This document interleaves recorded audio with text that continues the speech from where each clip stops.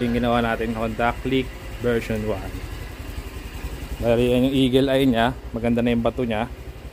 Tapos yung mini driving light, nirewire na rin natin para itong auxiliary light nya. Saka yung switch na loud horn nya. Bali ito yung mini driving light nya. Ito na yung switch natin. Ito. Ayan yung low, ito yung high. Tapos ito yung isang ilaw na malakas. Woo! Tapos ito po yung busina natin stock. Ito yung loud horn. Pindutin lang natin yan. At least nabuo na po, no?